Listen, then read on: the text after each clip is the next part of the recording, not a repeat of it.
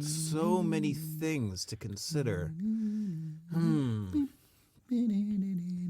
Do I go with Spam? Do I go with some food item? It is perishable, so medicinal.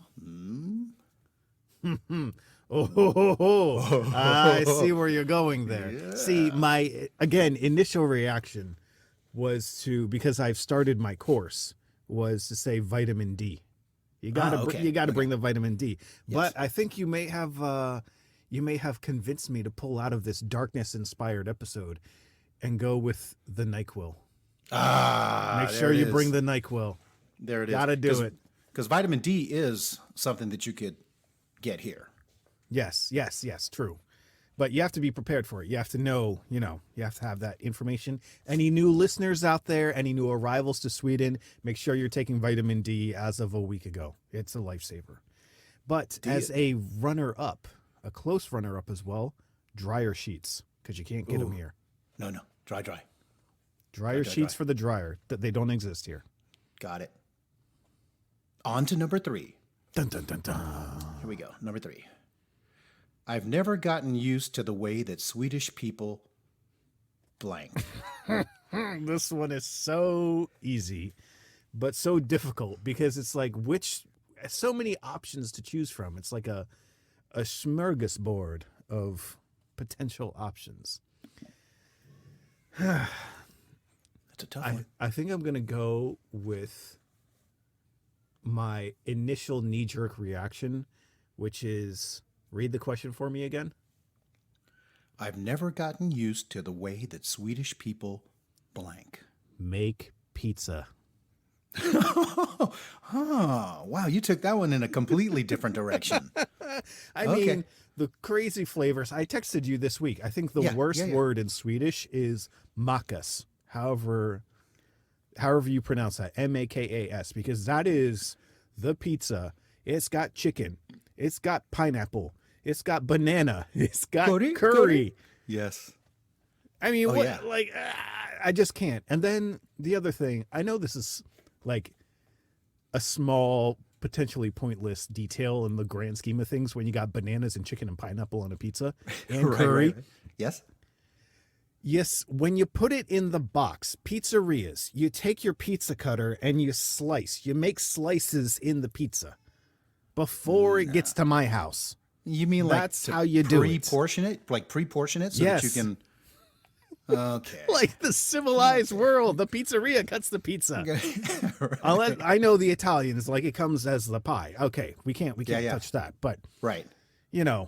Come on, give me some slices, people. Pre-slicing would be kind of that would be a nice touch. And then you make the pizza so big that you have to have the little plastic table in the middle to keep the box from touching on the cheese. We'll get there in like 20 years, but our at least give me some actually slices. Our pizzas actually come square because they have to fold. They fold like all 4 sides to get it into the box. So you have to like unfold it. You have to start by unfolding it. I don't even know where to begin cutting the thing because it's And I have noticed too that I can't say all pizza places, but at least 90% of people, they use the same pizza box. Everyone goes to the same restaurant supply store and gets the exact same pizza box. The exact same pizza box, yeah. Yes. Not their own little sticker on it or anything, just the same. No, the same one.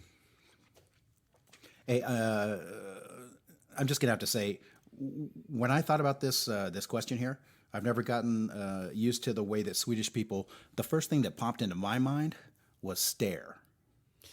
I had something similar as my number 2. I was going to say interview. Okay. Yeah. Because mine is stare. Yeah. How people just like stare at you. Yeah. They will just stare at you and it's like it's something like that would be kind of upsetting back home. Like somebody stares at you. I mean, you make eye contact with somebody and then you look away, but if somebody like looks at you, it's kind of like, is there something on my face? Yeah.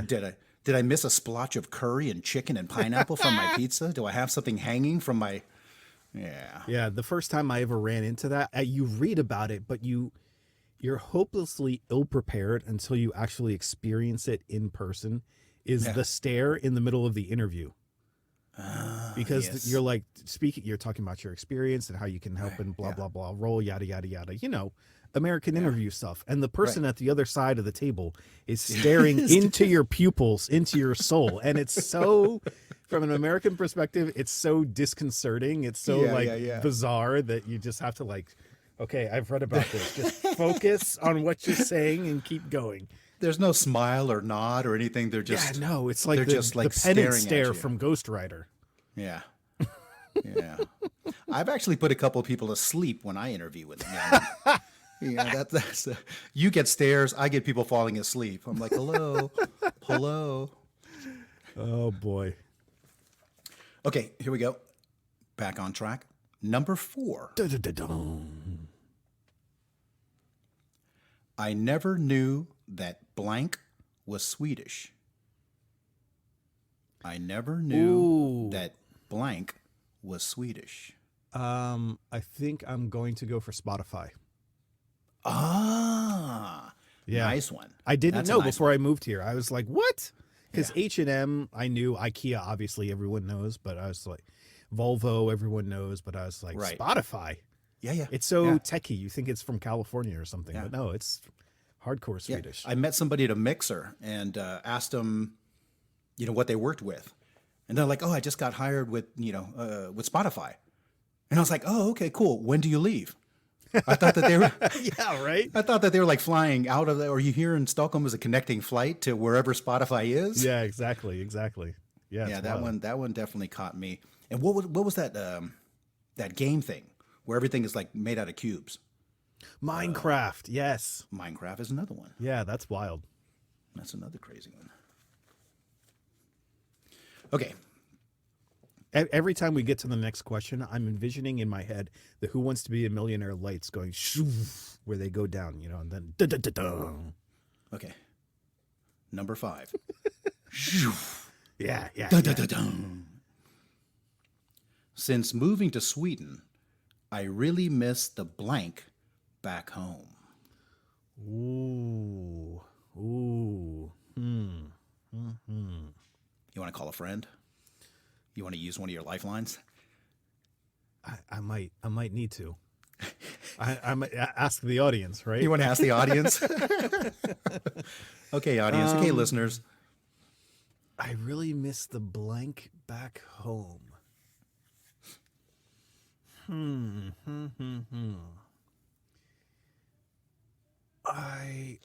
Geez, that's a good one.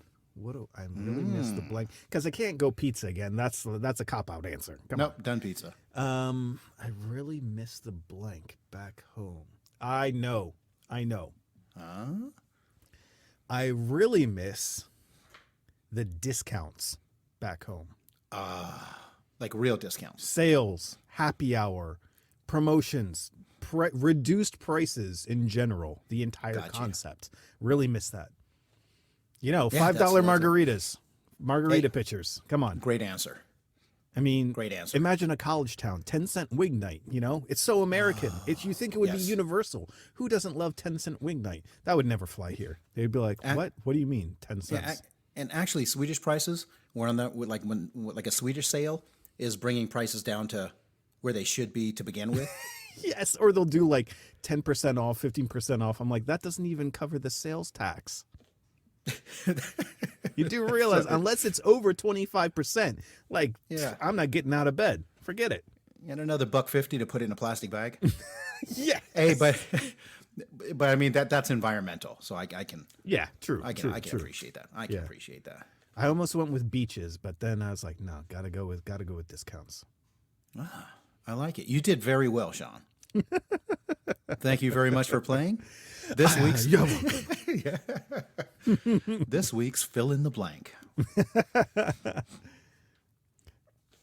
So I hear that we have a shout out in order.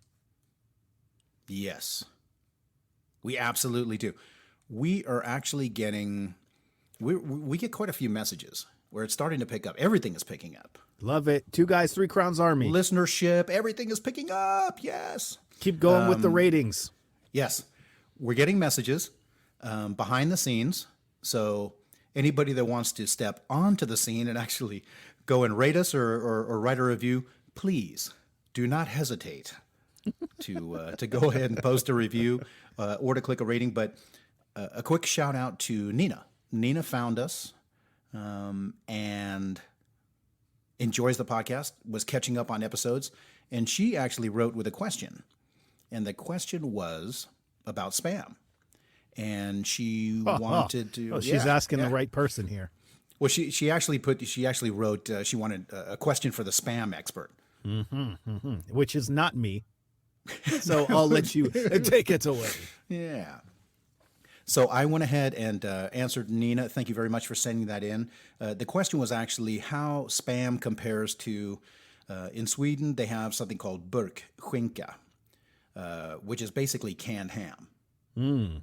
Yeah, which is more like a normal ham in a can. Yeah, it's like a can of ham. I am. And spam is certainly not a can of ham. And I remember growing up because at least the canned ham back home, I know I'm going to end up having problems with this tongue twister. The canned ham back home, I remember like putting cloves and pineapple slices on it. A couple of times while growing up because it held its shape fairly well. But it's more of a ham. I guess well, it's like what you would see in the States in Christmas time, like a honey ham that comes in the big giant tin kind of thing. Exactly. So the answer to Nina's question is that the canned ham is more like ham than spam canned ham. And that's why it's difficult to find in Sweden, because it is ham product, not necessarily ham. Yeah. And I actually sent her a link it's a little bit about the history of spam, which is spam actually has a real interesting, it actually has a real interesting history. And it was, I'm going to post a link. I'll post a link with this episode if anybody's interested in going in. But World War II, that's where Hormel, where spam actually had its major introduction. The GIs had it as canned protein when they're out there, and that's why the soldiers refused to eat spam when they got back, because they had gotten their but that's why it's so big in Hawaii, right? Is because you had a bunch of well, that's another real interesting story, because the internment that happened during the war.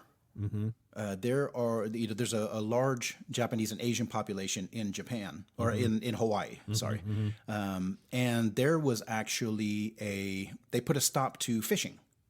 The fishermen couldn't go fishing, which limited, a lot of the meat and protein to spam, because spam was readily available. But yeah, that's I feel like we need to do an entire episode dedicated to spam now. Any product like that has a following is because that has its own museum. We got the ABBA museum. Of course it does. But we got an ABBA museum. I can see that. But but spam spam has a museum. And it's actually a huge festival in Hawaii every year. Oh my God, of course it is. It's just I'm envisioning like people taking like 1,000 cans of spam and like forming them together and doing like the luau, the pig roast under the banana leaves and everything, and they pull it out and it's one giant form of spam. Yeah. No, but there are some the article I post is really interesting too, because it's not only the history, why the popularity in these different areas, but also how it became popular, like in certain restaurants like high society. All of a sudden there was like foie gras with spam and like something. People were going, way. Yes. Yes. Oh man, like we think we have problems with chicken and bananas on a pizza. Putting foie gras with spam. Look out. The combo. Yeah. But anyway, shout out and warm welcome to Nina. Shout out. Yeah. And however she found us, tell your friends about us. Let people know. Here we are. And send questions. Interact. Yes. Send your own fill in the blanks. We'd love to hear. Ooh. How about we do like listener sent in fill in the blanks? Oh, I would love to. Okay. That would be amazing. All right. But I also wanted to bring up that today is a special day in Sweden. Oh my goodness. October 4th. Yes, it is. It is National Cinnamon Bun Day. Kanelbullens dog. Yes. And guess what? We don't have at home. Cinnamon buns. Exactly. We don't have them either. I'm not particularly a big cinnamon person. Like, I don't eat apple pie, like that whole apple cinnamon flavor. Can't do it. I ate too many apple cinnamon Cheerios as a kid, and now I don't eat apple pie or any of that kind of stuff. So I'm like, ugh, okay. I like the what's the other one? Like, there's a bunch of different flavors, but there's like a what's the expensive spice? Like the little that's yellow, like the little petals of the honeysuckle. Saffron. Saffron, yes, that one's quite good. But yeah, the cinnamon bun, I'm okay. And for all the Americans in America right now, this ain't your Cinnabon with like a gallon of icing drizzled over top. It is just the core cinnamon bun without the icing. No icing. No. Traditional. Yeah. So I'm going to eat two tomorrow because we totally missed. And we went to the store today, and while going to the store, we passed by a little cafe, and Lena was like, you know that today is Kanelbullens dag, the cinnamon roll day. And I'm like, oh, cool. And then we get in the store, and on the way back to the car, I'm like, oh, man, the one day. I always do that, though, here. You always have to forget something at the grocery store. That's how they get you to come back. I checked out the corn today. I saw that. Whatever you went by, it must have been like a 30-gallon box of corn or something. It was like I start giggling now every time I go into the produce area. And then I saw the cantareller. I saw the mushrooms. Nah.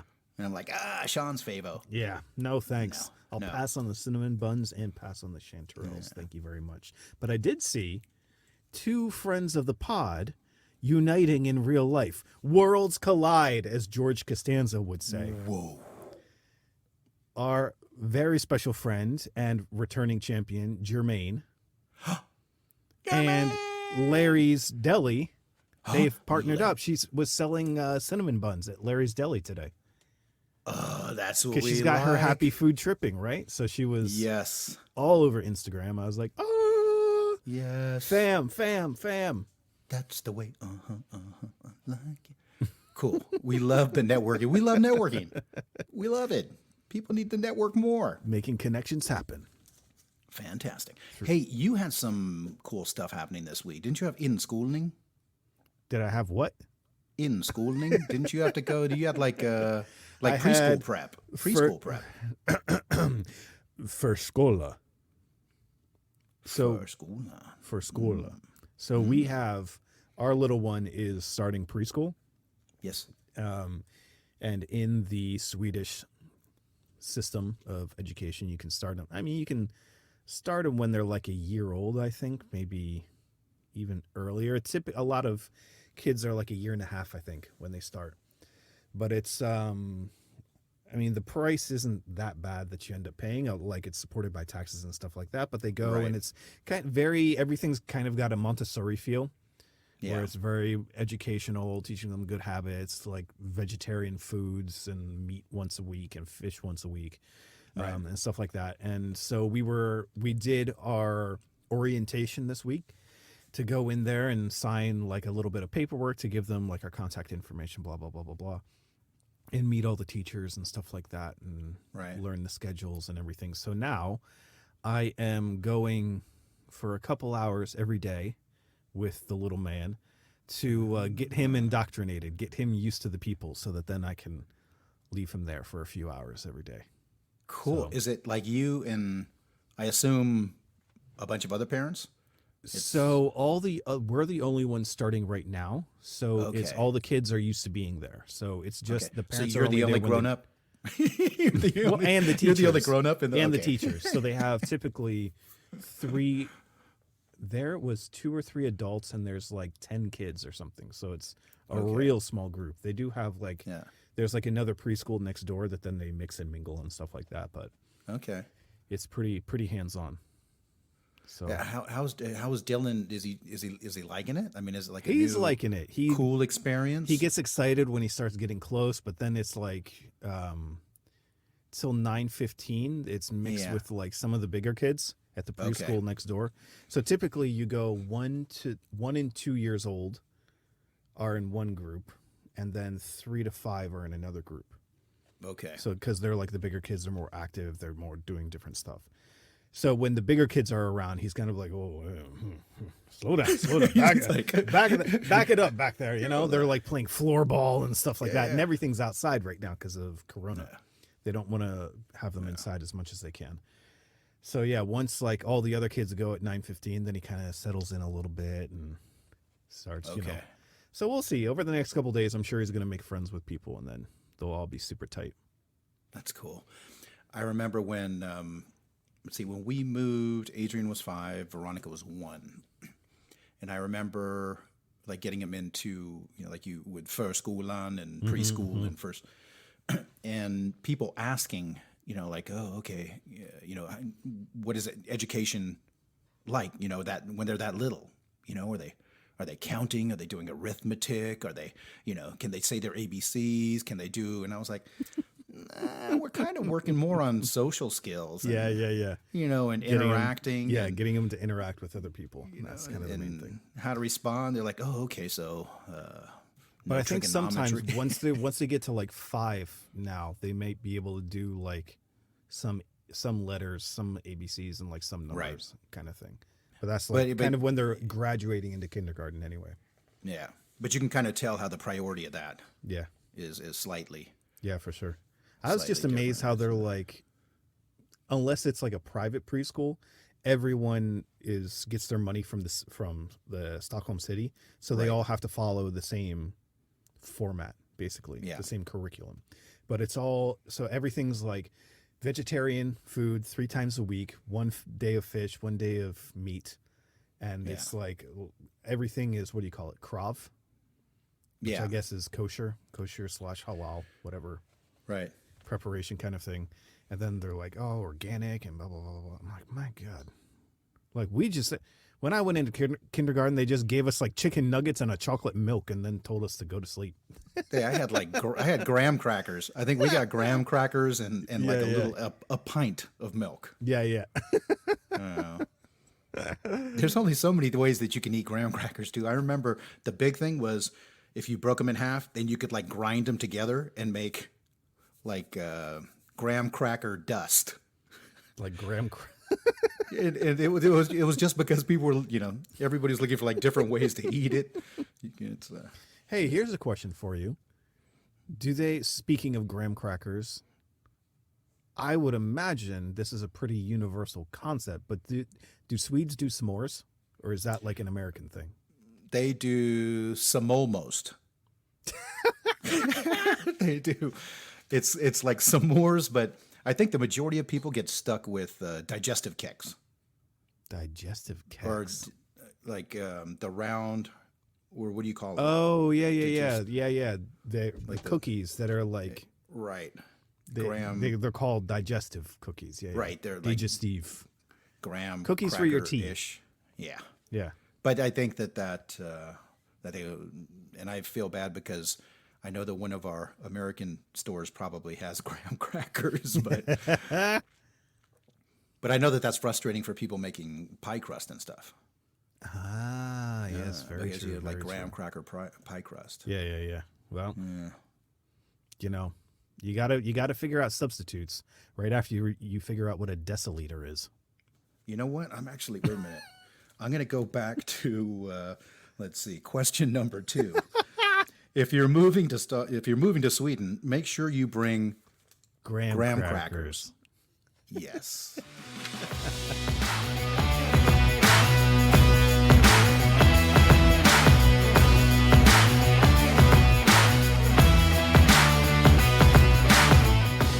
All right, everyone, that'll do it for this week's episode. As always, thank you so much for tuning in. Don't forget to hit us up on social media. Check out our Instagram account. Check out our YouTube channel for some behind-the-scenes action.